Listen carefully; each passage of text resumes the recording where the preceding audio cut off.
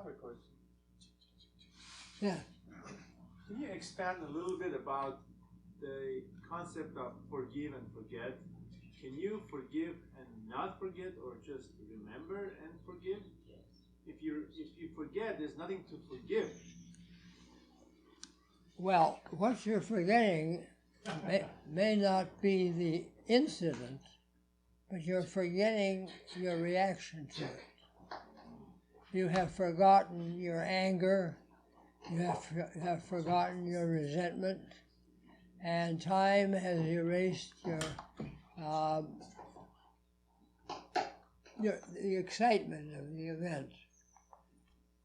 But not only that, you have forgotten it in the sense that it's not in here anymore. It may be up here. It's not in here. This fella, he just had it in here good. Thank you. Yes?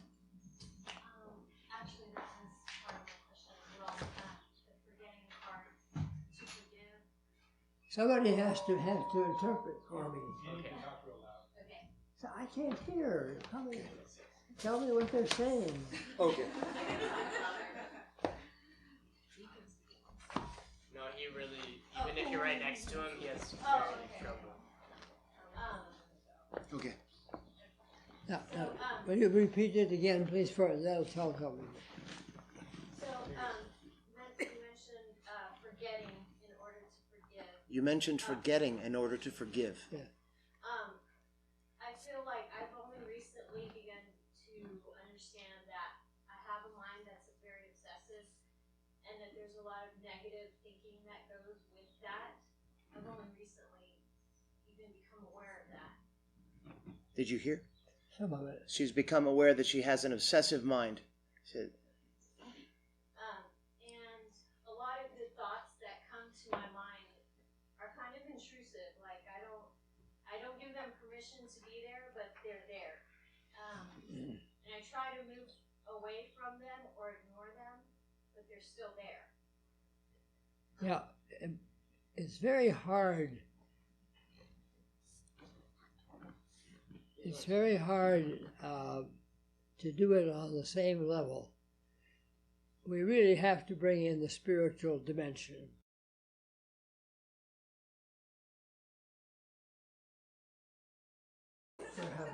Don't do that again. A little technical glitch. Excuse me for a second. Point the mic towards his chin. The phantom was totally off as well. He's trying to boost it, but it won't be boosted. The other way around. Doing it horizontally is difficult. You have to go up. You have to say, well, in my better moments, I do not feel this. I know that there are times when I feel serene, I feel cheerful, and I want to cultivate those moments. And one of the ways to do it, of course, is to come to religion, come to God, come to whatever faith you have, and pray, prayer and repetition of the name of the Lord. Those things are almost essential to get completely rid of an injury. I tried very hard to get this man to let go of it. Here's the thing. He said, but it was justified on my part. I was perfectly in the right. There was no mistake about it. I was right. And then I had to persuade him, nobody is 100% right. And the other man, his brother, could not be retrained, so he would have to make the best of it. And making the best of it is not very easy, I admit that. You have to work hard at it sometimes. In Vipassana, they say that it's inevitable that these negative thoughts will come, and just to treat them like unwelcome guests and let them, they'll still just hang around for a while, and you just observe them and they will go away on their own. Well, Then yes. Is that what you do? Pardon? Is that what I you try do? to, but sometimes they hang around a little bit longer.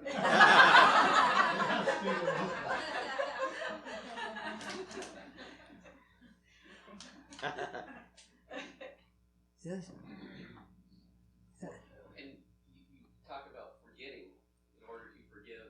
You talk about forgetting in order to forgive. How does one go about forgetting? Like you said, they hang around longer than we'd like them to. No, it's not something you do. It's something you don't do. You don't keep going back to it and saying, "Oh, how I was cheated. Oh, how I was injured. I remember this so well. It happens. It's a long time ago, but I remember it like it was yesterday." Things like that. Letting go of something is a matter of replacing it with better things. So fill your life with better things, happy things, blessed moments, and try not to bring that back. You don't have to remember it. We're masters of what we remember and what we know. If you allow your mind to dwell on the things that you did in the past, it's your mistake. This same trainer of mine, he used to say, make a bundle of all your past experiences, worldly experiences. Take them to the bridge and drop them off into the water. The only things that we are really supposed to keep from our past are the holy things, the spiritual personalities we have met, the teachings we have absorbed, the great holy books that we have read, and especially happy spiritual things that have happened, especially a teacher, our own teacher if we have one. That's what we can remember. All the other things are worthless from the highest standpoint. They only hurt us, they don't help us. That's one point of view. That's an extreme point of view, but there is that point of view. Yes? What about when your hurt is so deep and it was your family that did it to you, like betrayal? What about when your hurt was so deep and your family was the one that did it to you? Betrayal. Well, families aren't everything. If you put your family first in your life, then you have to expect to be able to endure all the blows and blessings that come from it. If you open yourself to all that the family has to give you, then you have not preserved your own individual cheerfulness. You have to make your mind cheerful. You can't depend on the family. Family might do their best to make you uncheerful. I don't know, sometimes I think my family did their best to discourage me. No, I don't depend on the family. See, we can grow up depending too much on family. We are individuals. Before the Lord, before time and space, and causation, we are individuals, and we cannot cling for help to other people except those who stand above time, space, and causation. Yes?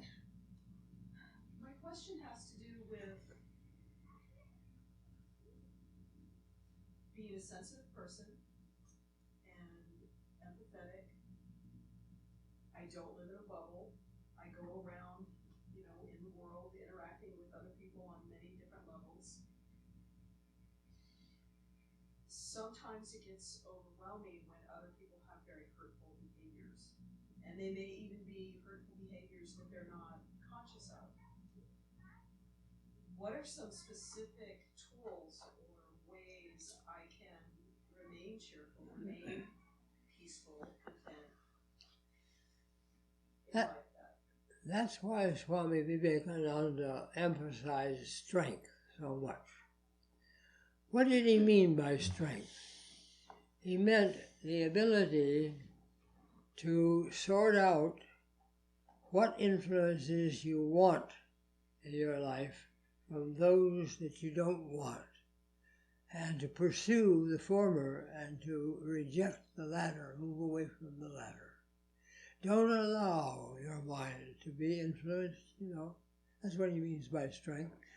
A person who is strong in mind doesn't allow negativity to come and overwhelm him at any moment. That takes a lot of strength. And we all fail at it, but gradually, over time, we should be able to improve our chances of keeping the cheerful and letting go of the uncheerful. Can you give me one specific technique or tool for how to invoke that strength? One specific technique or tool, how to invoke that strength. And she mentioned she's very empathic. So in other words, an empath, as you sort of, is there anything special for an empath? Because even though she's empathic, she said she still goes out and interacts with a lot of people, so there's some inevitability to her problem, I think. That's right. That's I didn't go into that dimension today, but what you do is you practice seeing the divine in all of your contacts. I meet this person, I have this reaction. In this bridge club, I play with these partners, and so on. In discussion club, I'm with my discussioner. But I see in and through them the divine being. These are the clothes that being is wearing. These are the physical and mental clothing that the spirit is putting upon itself and coming to me in this form or that. So one very high practice is to just try to penetrate at each instance into the divinity behind the form. You can't do that unless you are practicing the presence of God. That's what practice of the presence of God means. I practice the presence of God in my meal, in my walking, in my sleeping, in my working. I practice the presence of God when I'm alone, when I see somebody, meet somebody, talk to people. It's a habit you have to cultivate. It's a habit we have to cultivate. There's no easy way about it. I can't give you a quick solution. Yes? If I'm in a room with 100 people and 99 of them love me and one doesn't, that's the one that occupies my mind. Shame on you. It's astounding to me, and I can keep on thinking, oh, that one, their God, there's this and that, but I'm not quite sure. There might be just something in me that's wanting the approval of everybody, so it's more a psychological thing, rather than me not seeing people as divine. Well, the sages and saints say that if you have a criticism of somebody, if you think somebody has a fault, a deep fault,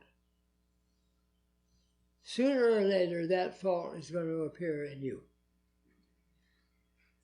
If you don't recognize it today, you'll come tomorrow and you'll see it. That's why Holy Mother said, Do not see faults in others. Everyone is embodiment of spirit. I take it for granted that I'm going to make mistakes, but I don't have to keep on making mistakes. When I become aware that I am faulting another person, if I don't immediately see that the fault is also in me, just wait.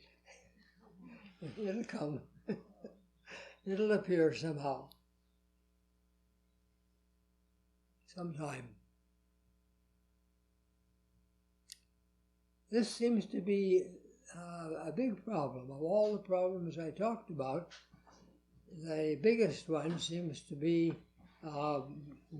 being wounded by others and not being able to forgive. I'm a little bit surprised because do people hurt us that much? I don't remember receiving wounds like that I couldn't get over very often.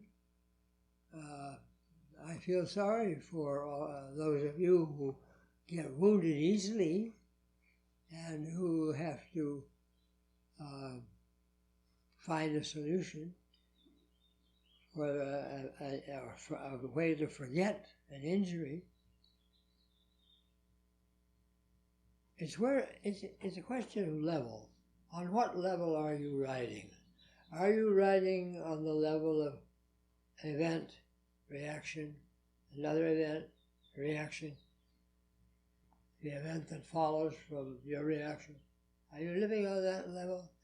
Or are you trying to live on the level contact, recognize, this person is really divine, that person is really God, this person, I can't see it yet, but I'm sure I will one day.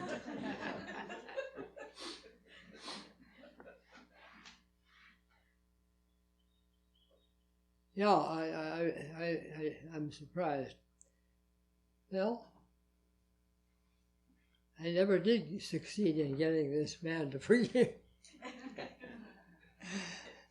He's still holding that grudge. I didn't deserve that. See, who are you? Who are you not to deserve anything? We're mere worms compared to the great inner spirit. Our little personalities, the deeds we perform, the reactions that we have to our reactions to other people, the ups and the downs of life, all of that is really on a very low level. We are constantly climbing a ladder, rejecting the worst, accepting the better.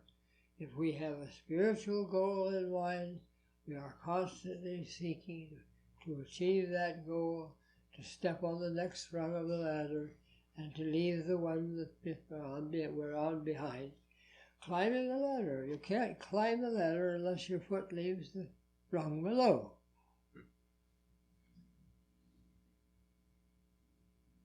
Sure. So I can't really do what I tried to do this morning, leave out the spiritual dimension. I felt that you've had enough of that all year, and I would just treat it on the common sense level, but I find, and I'm right, that nothing can be solved at the common level. There's a saying that no problem can be solved on the level of the problem.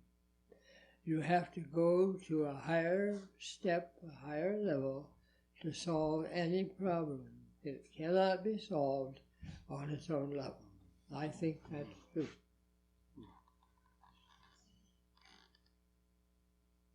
Yes? So, do you think when we have something in our heart and we get hurt by family or someone else for a long time, when we don't speak out or we don't get our right, is it and we cannot forget it? Is it because we think we don't deserve it? Because something happens in childhood, or we think we don't deserve it, or we shouldn't get it? Do you think, is it the reason? When something stays in our heart, we were wronged and hurt, and we can't let it go, is it because we think we don't deserve it, or we didn't deserve it? Very often that's true. Very often that's true. I didn't deserve that. Yes, I understand what you're asking. Well, you must have a pretty good opinion of yourself. If we have too high an opinion of our small selves. Now look, you can't have too high an opinion of yourself. The core of our being is divine. We are spirit. We're made of spirit. God dwells in us. We are to recognize that divinity in us. All of that is true. So, if we have too small a conception of ourselves and confine ourselves to this little temporal personality, then of course we have to say, I didn't deserve it, I didn't deserve it, I didn't deserve it. But there's nothing that we didn't deserve if we are all embracing.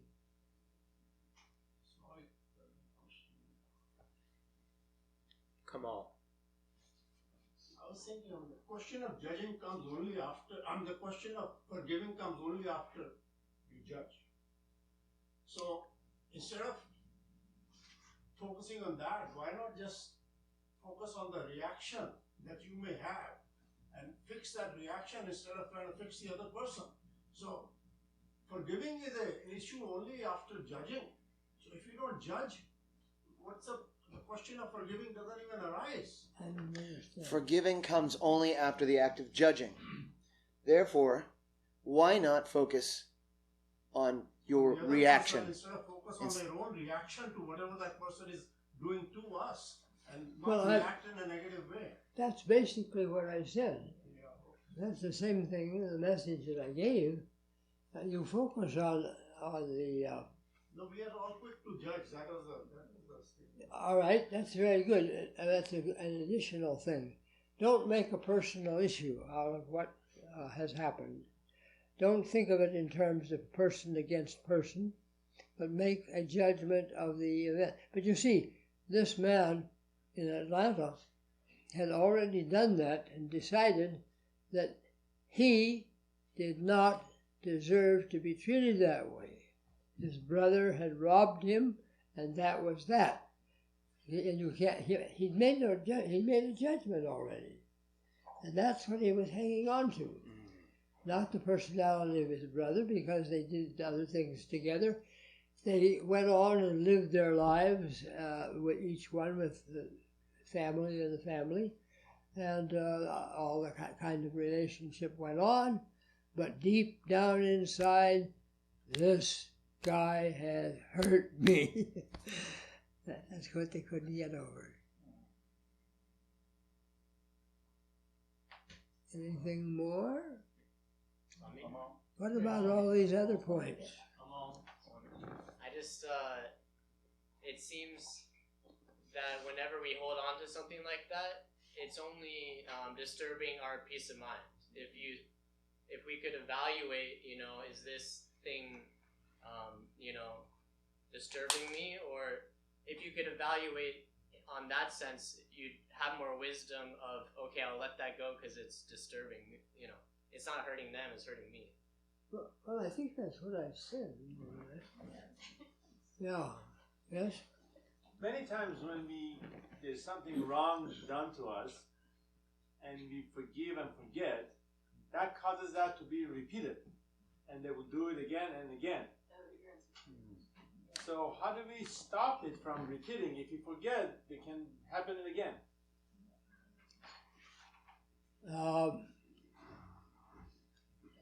it shouldn't happen again and again if you are completely in the right. If it's a really unfair thing, it shouldn't happen. It should. I mean, if it's a really unfair thing, it shouldn't be felt like that over and over again. Each one is new. Treat each insult as a new one, not related to the past. Take every moment and judge it by the moment that it occurs. Judge the event by how it plays out in this moment. You can't have any two moments repeat themselves. But my point is that if you don't forget, there's more likelihood for you to do something about it, so the other person will not do that same thing again. Oh, I see. Yeah. But I think, as you said before, we have to focus on reaction. So we do something, speak out our mind,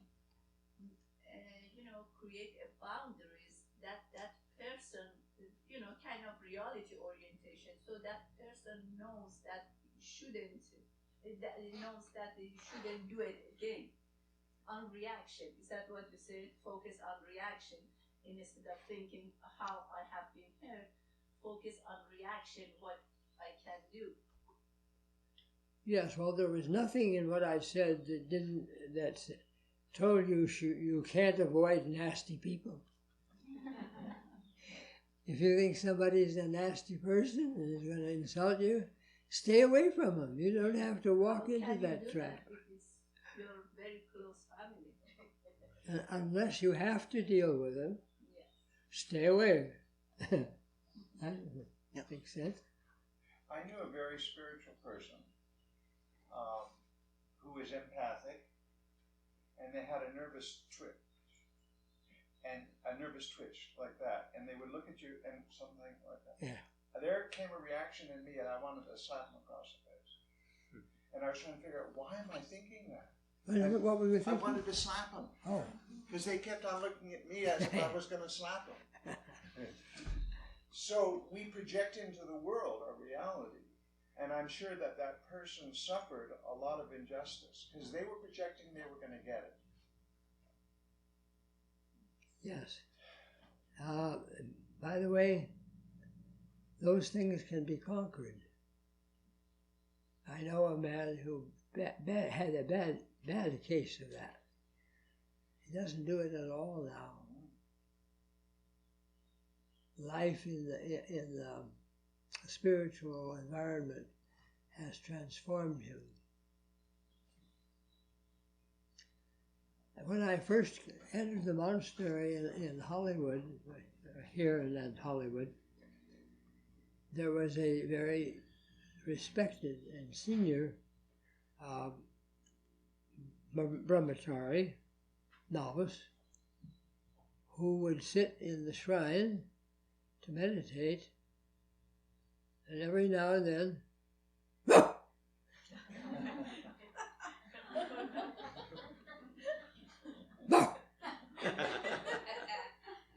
there's a name for it. Tourette's. It's called... Not Tourette's? Yes, it's a Tourette's form, a form of Tourette's syndrome. And I thought, well, this is a psychological sign, a feature that he can't ever get over. What are we going to do about it? He interrupts the meditation all the time. He kept on meditating, and slowly, they were less frequent, until finally they stopped. So meditation, in his case, was the cure. But others had to put up with the barking until he became through. But others also learned how to. But others learned how. Also, others learned how to meditate despite of all noises outside. Yeah. What did she say? Others learned how to meditate despite all the noises outside. That's right. And inside. Yeah. Any more, Swami? Yeah, I just like want to see if I understand this correctly. So for me, I think that the problem happens because a lot of these feelings that I get of like hurt or judgment, I feel like they happen to me because sometimes I do the same thing to other people, right? So rather than trying all of these different techniques, to kind of like try and repair the problem is already in my head. So it's like best to just remove myself from the problem and like focus on myself. Does that sound correct, or would you agree? Yeah, but in that case, it's a higher self that you're going to. Yeah. You don't maybe not recognize it, that self is higher than your ordinary self, but it is by one little degree at least. It's higher than the one you had before. So yes, let's move up. Well, what I wanted to make you all understand was that keeping a cheerful mind is not just going around singing, well, Pollyanna, isn't it a beautiful day? It's a beautiful day in the neighborhood.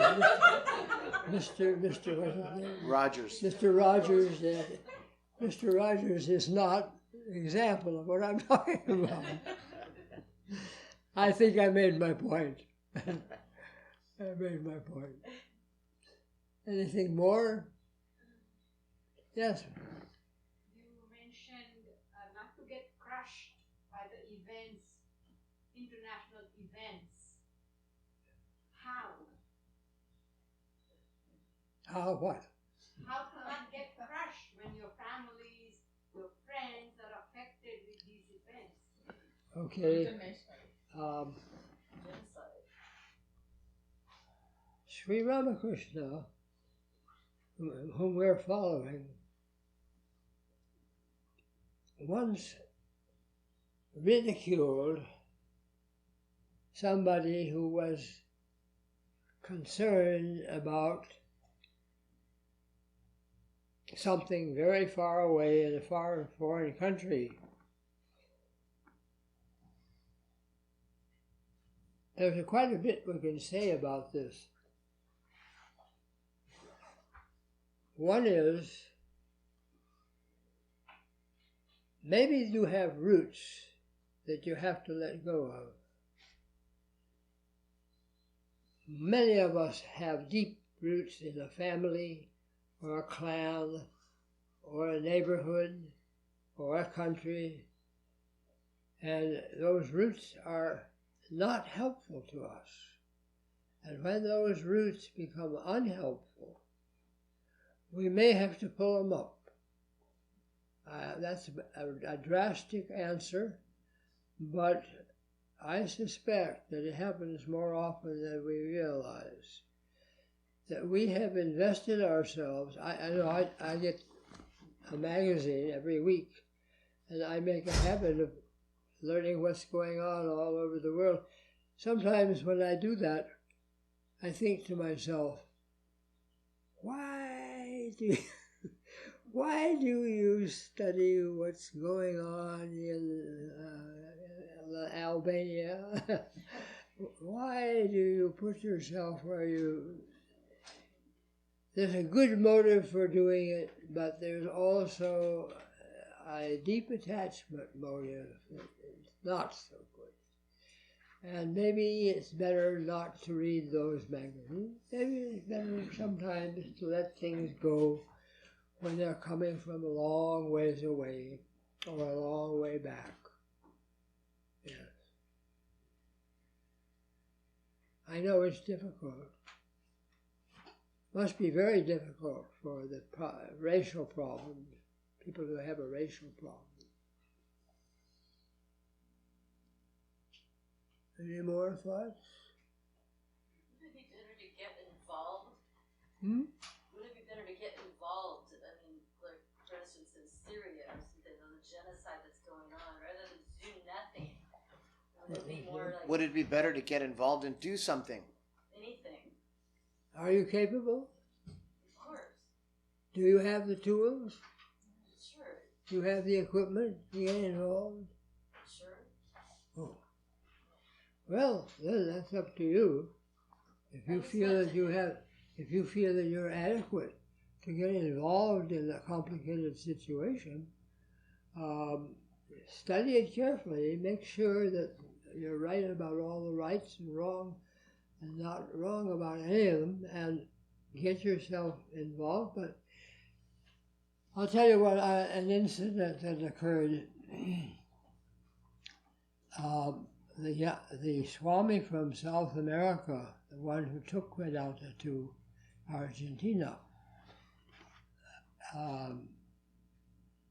was visiting Hollywood one year, came for a short visit, and he held a question and answer class like this.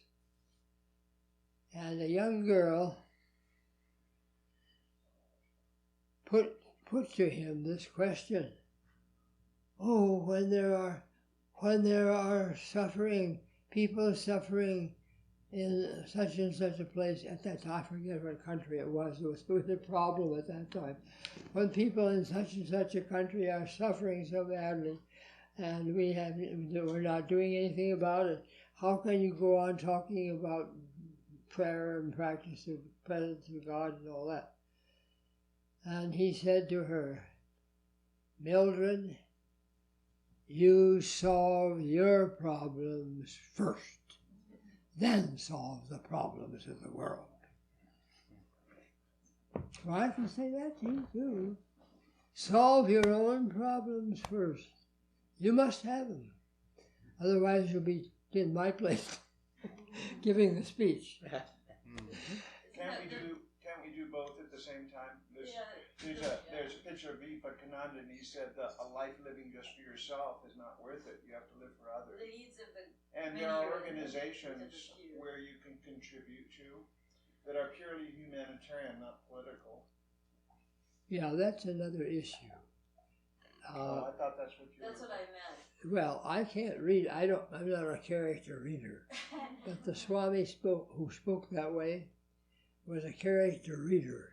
He could see that her problems were her own personality and not cosmic or national problems. She was using that as an excuse to cop out from her spiritual practices. Yes. Yeah, my question is also the same. How can you remain cheerful and happy while you see all this madness in the world, all the suffering, children are being killed, and how can you stay happy? I mean, should you disconnect yourself from the world? How can you stay happy when you see all this suffering children, terrible things in the world?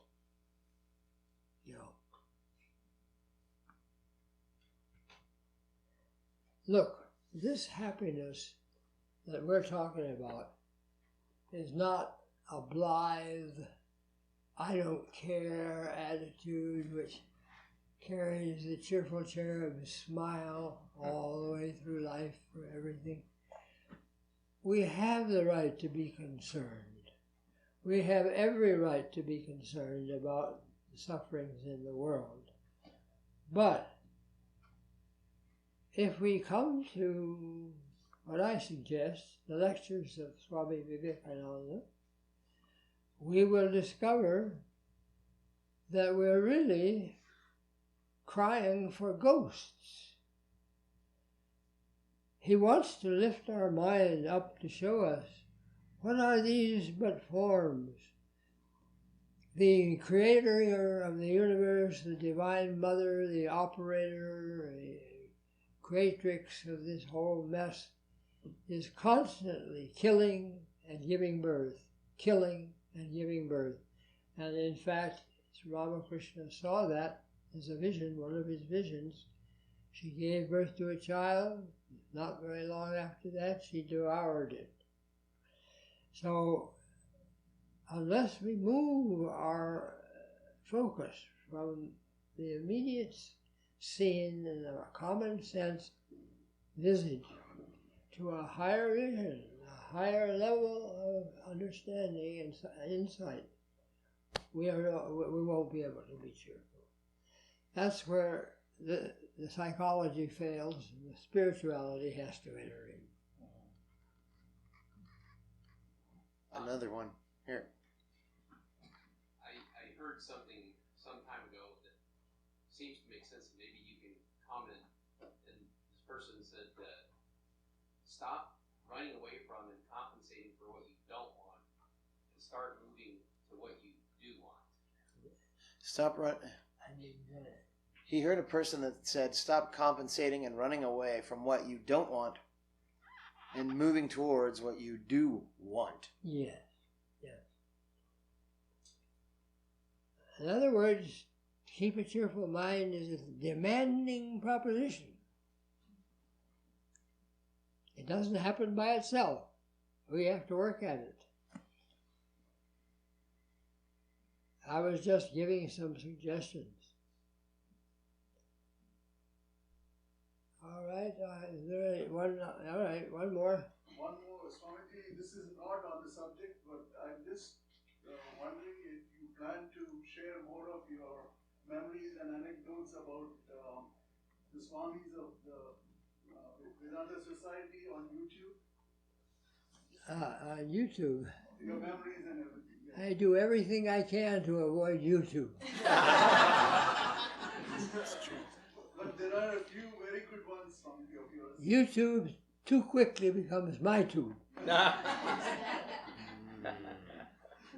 I don't want it to become my tube. Well, best is to buy my book, Six Lighted Windows, because in there I have put down most of the training that I received in my early years. And those are the things that are still with me. I have to observe even now. Every day I keep thinking about the models that I tried to copy and what great personalities they were, spiritual personalities, and how poorly I live up to it. It doesn't make for a cheerful mind. May I? These books are also recorded in audio form by their author on a website called vedantamedia.org. And he's the one who created them. He's the one who wrote all those books and recorded them. So that's what it is, vedantamedia.org? I think so. Yes, and you can just stream it, all those books. By the way, my latest book ran out of print. It was sold so fast. Ooh. It's being reprinted. All right. I'll come back again. Bye-bye.